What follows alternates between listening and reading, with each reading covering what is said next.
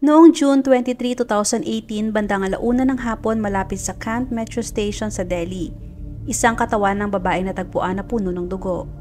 Agad na tumawag ng mga pulis ang mga taong nakakita.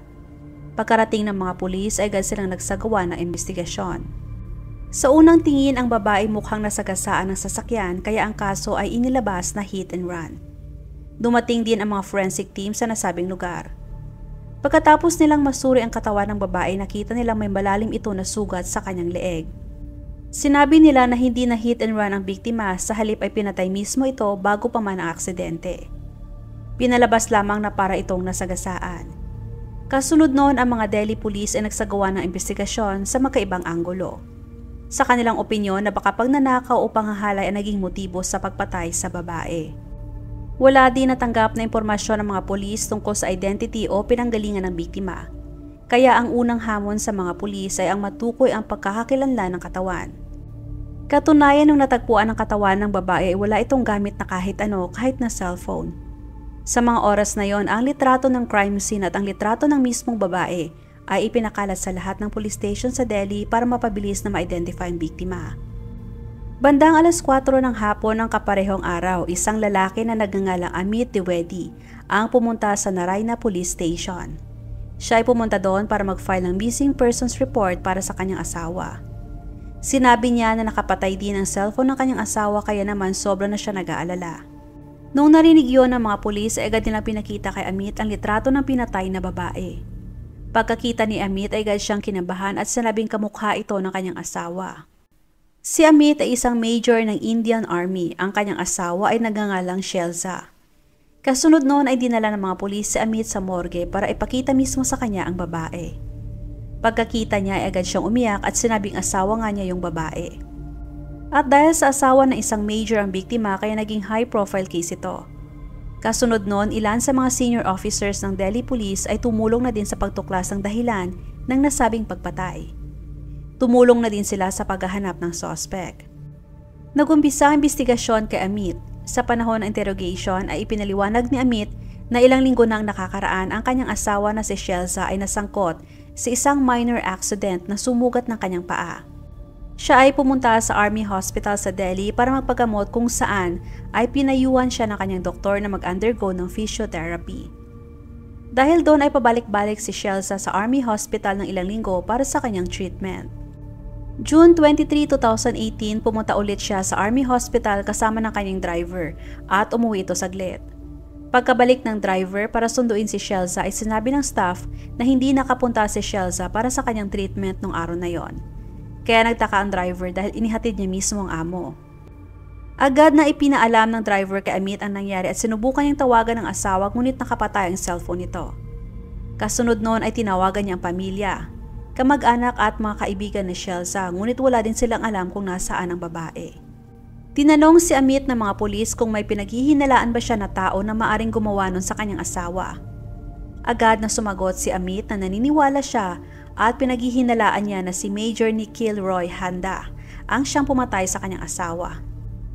Kaya mabilis na kumuha ang mga pulis ng impormasyon tungkol kay Nikhil. Si Nikhil ay na-assign sa Meerut City na may layong 65 miles mula sa Delhi. Sa pagpatuloy ng investigasyon ay sinuri nila ang CCTV footage mula sa gate ng Army Hospital kung saan ay pumupunta si Shelza para sa kanyang physiotherapy. Sa footage noong June 23 ay nakita na pagkalabas ni Shelza sa kanyang sasakyan ay may silver na Honda City ang lumapit. Bumaba ang driver ng nasabing sasakyan at nakita nag-usap sila saglit ni Shelza. At saka sumakay sila pareho sa sasakyan at umalis. Noong pinakita ang footage kay Amit ay kinumpirma niya na ang lalaking kausap ng asawa ay si Nikhil. Kinuha ng mga pulis ang phone records ni Nikhil at nalaman nila na bago pa man natagpuan ang katawan ni Shelza ay magkapareho ang kanilang locations. Dagdag pa doon ay nakita din sa phone records na makasampo hanggang 12 beses sila magkausap sa telepono umaga ng June 23. Sa mga oras na yon ay bumuo ng 6 na teams ang mga Delhi Police para mahanap ang kinaroroonan ni Nikhil. Sinuri nila ang lahat ng CCTV sa lahat ng kalsada mula sa Delhi hanggang sa Meerut. Di nagtagal sa isang CCTV footage ay nakita ang kaparehong Honda City sa Toll Highway. Agad na tumungo ang isang team ng mga pulis sa Army Base Camp sa Meerut. Pagkarating nila sa kampo ay nalaman nila na wala na doon at nakaalis na si Nikhil. At saka nalaman din ng mga pulis mula sa Army Base Camp na merong 2 cellphone si Nikhil. Kaya agad na nag-trace sa mga pulis sa pangalawang cellphone at sinundan nila ang location. Sa highway ay namataan ang sasakyan ni Nikhil kaya agad nila itong hinarang at saka hinuli ang major. Dinala nila si Nikhil sa Delhi para sa masusing interrogation. Sa una ay tumanggi si Nikhil sa anumang involvement niya sa pagpatay kay Shelza at itinanggi din niya na kilala niya ang babae. Ngunit nung ipinakita na sa kanya ang mga digital na ebidensya ay napagtanto ni Nikhil na wala na siyang takas pa. Pagkatapos sa isang kakilakilabot na kwento ang natuklasan. Magandang babae si Shelza at may 6 na taong gulang na anak. Sa kabila niyan ay madalas pa rin itong sumasali sa mga beauty contest at madalas din siyang nananalo. Ayon sa statement ni Nikhil, nakilala niya si Shelza noong 2015. Sa kaparehong taon ay sabay na na-assign si Nikhil at Amit sa Nagaland, isang state ng India. At sa mga oras na yon ay naging magkaibigan silang dalawa. Isang araw ay binisita ni Nikhil si Amit sa kanilang bahay at doon din niya nakita at nakilala si Shelza sa unang pagkakataon.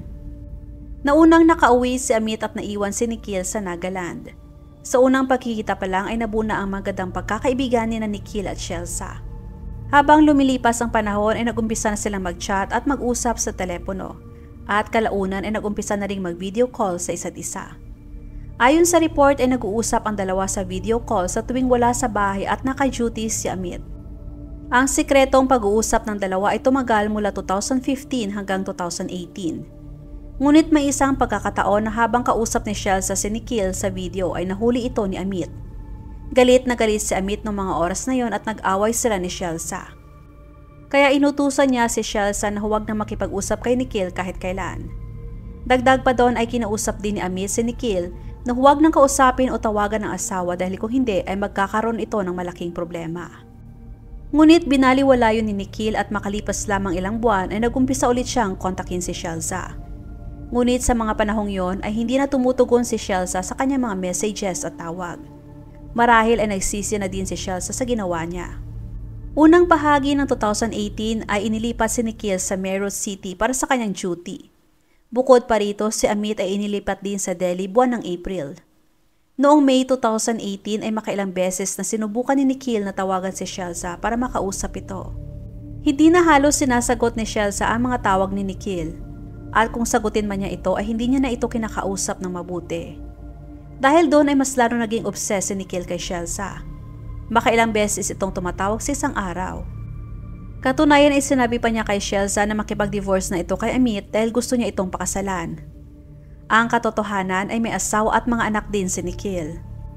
Dahil sa pangungulit ni Nikhil na makipag-divorce at magpakasal na sa kanya, kaya noong June 2018 ay tuloy nang hindi sinasagot ni Shelza ang kanyang mga tawag. Noong na-injured ang paa ni Shelza at nagsimula ito magpagamot sa Army Hospital ay nalaman din yun ni Nikhil.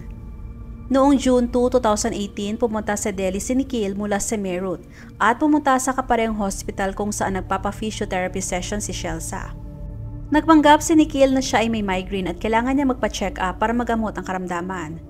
Ngunit sa kabila nun ay hindi niya nakita si Shelza kahit isang beses man lang.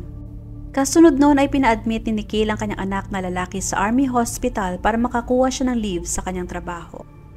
Dahil sa na-admit ang kanyang anak, kaya kinakailangan ni Nikhil na manatili sa hospital ng buong araw. Doon niya nakita si Shelza ng makailang beses. Kasunod noon ay nag-upisa na ulit silang mag-usap sa telepono at tuloy pa din si Nikhil sa pangungulit kay Shelza na pakasalan siya. Ngunit hindi pa handa si Shelza na makipag-divorce kay Amit.